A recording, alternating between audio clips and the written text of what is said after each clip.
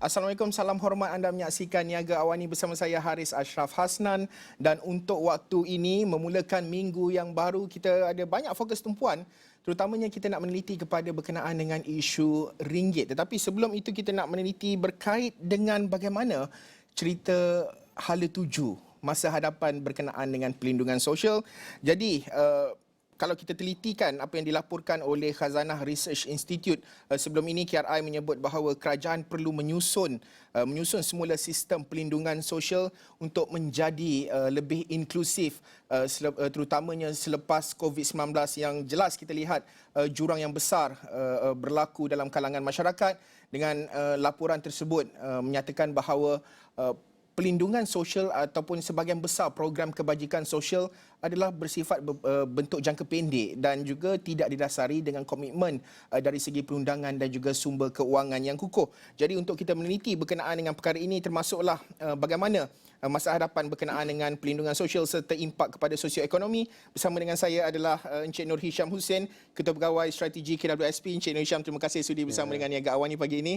Selamat pagi. Selamat pagi. Masih belum terlambat. Selamat Hari Raya juga. Encik Nur Hisham, pertama sekali mungkinlah dalam kita memulakan perbincangan ini dalam bentuk cabaran. Apa sebenarnya cabaran yang dihadapi kalau kita bercakap soal pelindungan sosial di Malaysia, dan juga bagaimana sebenarnya kita boleh menangani cabaran-cabaran tersebut? Jadi, terima kasih Ashraf. Pertama kali kita kena tengok landscape pelindungan sosial ni macam mana. Di Malaysia bukan saja KWSP, kita ada juga Perkeso yang menjaga pencen ilat, kecederaan. Kita boleh campur juga dengan sistem pencen kerajaan. Ada juga boleh kaitkan dengan sistem kesihatan kita. Ya. Tapi bila kita tengok landscape macam ni, daripada segi KWSP dengan Perkeso, kita tak cover semua orang. Betul. Ya. Pada masa sekarang, pencarum aktif kepada Perkeso dengan KWSP adalah lebih kurang dalam 8 juta orang. Tapi tenaga kerja kita dekat 16 juta. Jadi setengah daripada tenaga kerja Malaysia tak ada perlindungan daripada segi persaraan, tak ada perlindungan dari segi kecederaan. Lagi-lagi bila kita tengok daripada segi warga Malaysia yang pada umur yang boleh bekerja, iaitu kita tengok daripada umur 15 hingga 65, itu kalau nak campur itu semua sebenarnya 23 juta. Tapi coverage kita hanya 8 juta saja. Jadi macam mana kita nak masukkan golongan yang lain ni? Lagi ramai ni. Dia orang ni tak ada perlindungan, tak masuk dalam sistem yang formal, tak ada perlindungan daripada segi persaraan dan kecederaan, semua tak ada. Termasuk dalam golongan ni ialah pekerja gig, pekerja kontrak, pekerja pertanian, pekerja sendiri. Kalau you ada menjalankan bisnes sendiri, memang tak ada. Tak mencarum kat tempat mana-mana. Jadi inilah yang kita kena tengok daripada segi polisi, macam mana kita nak masukkan golongan ni semua ke dalam sistem kita. Seperti saya memulakan perbincangan kita tadi, COVID-19 sebenarnya meninggalkan impak yang cukup besar, dan kita nampak sebagai contoh pekerja gig semakin bertambah, makin ramai pekerja gig. Dan juga kita lihat bahawa KWSP juga ada mengumumkan beberapa inisiatif, termasuklah untuk aisuri dan sebagainya. Itu usaha untuk menambah lagi jumlah individu yang dilindungi lah. Kiranya mungkin boleh kongsikan dari segi langkah-langkah yang sedang dan akan diambil oleh KWSP, terutamanya dalam bentuk pemulihan yang sedang dan akan dilakukan. Pada masa sekarang tak ada rangka kerja tak ada akta yang merangkumi golongan yang ni. Jadi pada masa sekarang kita buat secara sukarela saja. So kita kena keluar, kita kena market, kita kena jual. Kata ini adalah untuk kebaikan you all. You boleh mencarum secara sukarela. Dan alhamdulillah pada masa sekarang kita ada penambahan dalam 50 hingga 60% daripada tahun lepas. Jadi dalam pada saya, kalau tak silap saya, dah lebih 700 lebih ribu pencarum secara sukarela yang memang mencarum secara berkala. So apa yang kita boleh buat, apa yang kita mampu buat, kita buat. Tapi saya rasa reformasi pada sistem dia sendiri pun perlu juga kena buat. Bentuk reformasi bagaimana dalam kita bercakap soal memperluaskan cakupan itu, manfaat pelindungan sosial itu dalam bentuk reformasi bagaimana yang boleh dilakukan? So apa yang kita boleh buat ialah kita boleh menggubal skim EPF supaya dia lebih menarik kepada pencarum yang sukarela. Kita juga boleh memasukkan setengah-setengah golongan ni bawah akta KWSP. Ya. Tapi juga kita kena tengok macam mana dari segi penstrukturan ekonomi itu juga kita kena tengok. Itu bukan bawah KWSP. Betul. Ya. Tapi kita juga mendorong kepada arah itu pasal masalah asalnya ialah gaji rendah. Kalau gaji rendah tak boleh simpan. Kan? Kalau kita boleh mengubah sistem ekonomi yang lebih baik, yang memberikan gaji yang lebih tinggi, gaji progresif, gaji lebih progresif, seperti mana yang dikeluarkan oleh YB Raifizi kan. Ini boleh memanfaatkan lagi sistem perlindungan sosial pasal duit sumber tu ada lagi. Ya. Kalau tidak memang tak boleh mencarum. Dari segi manfaat pelindungan, kalau kita nak bercakap kepada golongan yang pada ketika ini tiada di dalam akta untuk pelindungan, ya, yang tidak terlindung, kalau kita cakap soal pekerja informal, mungkin suri rumah di menerusi inisiatif iSuri, kalau kita lihat mungkin dalam kalangan peniaga maupun peniaga kecil, SME, pemas tautin dan sebagainya.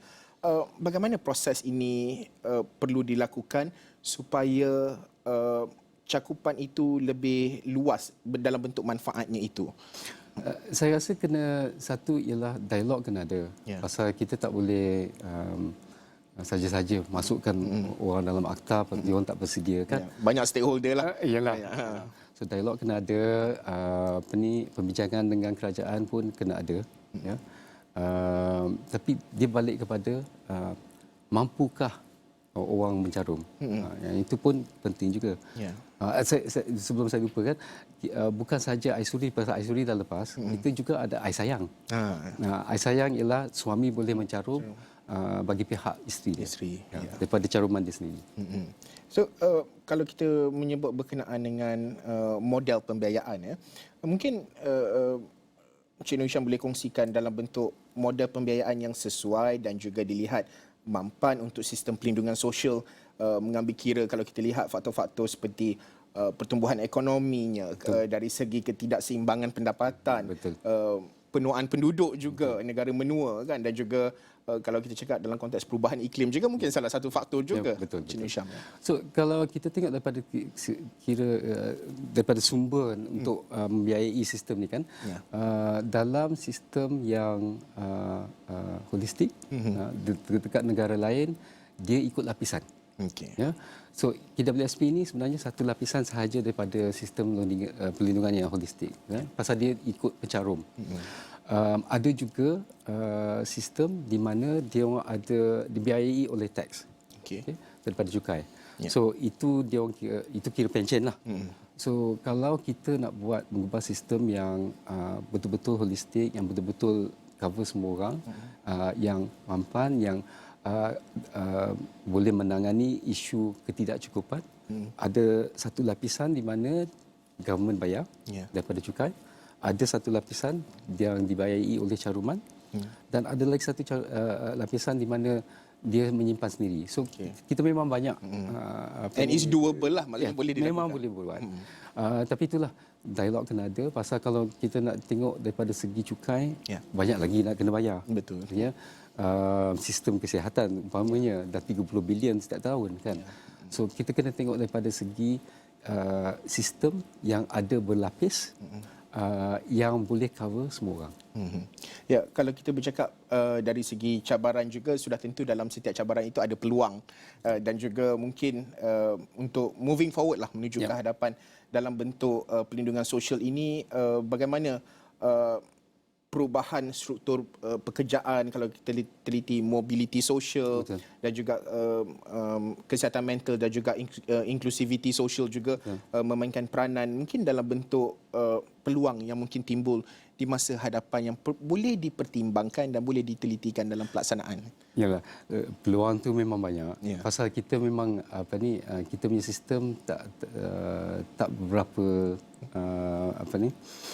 not perfect lah, Ya. kan. So memang ada banyak jalan yang kita boleh buat, ya. Dari segi menambah kebaikan sistem tu, kita memang ada banyak golongan yang tak cover, kita ada peluang untuk cover dia orang. Ya. Dan juga kita nak katakan dari segi membina satu sistem yang lebih holistik, ada banyak lagi benda yang kita boleh buat. Ya. Dalam isu ni kita kena tengoklah macam mana experience negara lain macam mana. Ya. Apa cabaran yang dia hadapi, macam mana dia mengatasi cabaran itu, umpamanya Best practices yang mungkin boleh kita rujuk. Ya. Korea Selatan, umpamanya dulu dia orang macam kita juga, ya. Tapi dalam lebih kurang dalam tahun 2000 dia orang kata okey, kita kena cover semua. Ya. Dia orang dapat daripada 50% sampai 7% dalam 10 tahun. Oh. So memang ada jalan yang kita boleh buat, ada example yang kita boleh ikut, ya. Dan juga ada technical knowledge yang kita boleh dapat daripada. Actually KWSP pun dah ada MOU dengan MPS, iaitu sistem pension dekat Korea. Ya. So kita banyak belajar daripada mereka. Ya, mungkin dalam bentuk VC dan juga matlamat jangka panjang KWSP sendiri, terutamanya dalam nak memperkukuh perlindungan sosial ini. So I rasa kita kena tengok mandat kita. Kalau kita nak meluaskan lagi liputan, perkataan pekerja tu kena tengok balik. Pasal kita nak cover bukan sahaja pekerja. Ya, betul. So ada yang tak bekerja, macam suri rumah, ya. Macam orang yang menjaga orang tua dia, kan, dalam care economy. Ada juga pelajar, kan. So kalau ni kita nak merangkumi semua, kita kena tengok balik daripada segi mandat kita, apakah tujuan KWSP, dan bila kita dah mengubah balik kita punya mandat tu, kita kena tengok okey, daripada segi kita punya sistem, dari segi kita punya cawangan, dari segi design dengan produk apa semua kena dikubah balik untuk menarikkan golongan yang lain ni. Sudah tentu ia memerlukan satu langkah yang holistik. Betul. dan ianya melibatkan pelbagai pihak, bukan sahaja KWSP. Betul. Termasuklah dalam pembuat dasar dan sebagainya. Mungkin akhir sekali lah, dalam bentuk strategi dan juga tindakan yang perlu dilakukan lah, untuk mungkin boleh ditetapkan dalam jangka masa pendek dan juga untuk jangka masa panjang, dalam bentuk strategi dan juga tindakan yang boleh dilakukan. Okey, dalam 2 hari lagi kita ada buat conference. Conference kita panggil ISWC, International Social Wellbeing Conference. Okey. Dianjurkan bersama dengan ICU di bawah Pejabat Perdana Menteri dengan Kementerian Kewangan. Ya. Dan dalam conference itu kita membawa semua expert-expert dalam perlindungan sosial untuk membincang benda ni semua. Ini boleh menjadi input kepada Majlis Perlindungan Sosial yang dipengerusikan oleh Perdana Menteri. Ya. Memang ada push sikit untuk membuat reformasi sistem. Ya. So insya-Allah dalam masa terdekat kita adalah perubahan dalam Akta KWSP. Daripada segi sistem pun insya-Allah kita ada. Dan I think daripada segi KWSP sendiri, kan, you boleh nampak perubahan dalam 1-2 tahun ni daripada segi produk, daripada segi kita macam mana kita berinteraksi dengan ahli kita. Itu semua akan kelihatan. Ya, sudah tentu program ataupun platform Niaga Awani juga akan berlangsung siaran secara langsung khas pada Rabu dan Khamis ini. Dan sudah tentu ianya merupakan satu platform yang cukup baik untuk kita telitikan, di mana Niaga Awani sendiri kita juga telah banyak kali highlights berkenaan dengan isu dari segi pelindungan sosial, menjadi negara menua proses pada ketika ini dan bakal jadi negara tua sebelum 2030 dan sebagainya. Terima kasih sekali lagi Encik Nur Hisham Hussein, Ketua Pegawai Strategi KWSP, berkongsi pandangan cetusan idea melibatkan isu pelindungan sosial dan juga bagaimana ianya akan memberi impak kepada sosioekonomi. Terima kasih sekali lagi. Sama-sama. Dan Niaga Awani, kita nak berhenti rehat seketika. Selepas ini, isu yang paling panas ketika ini melibatkan ringgit.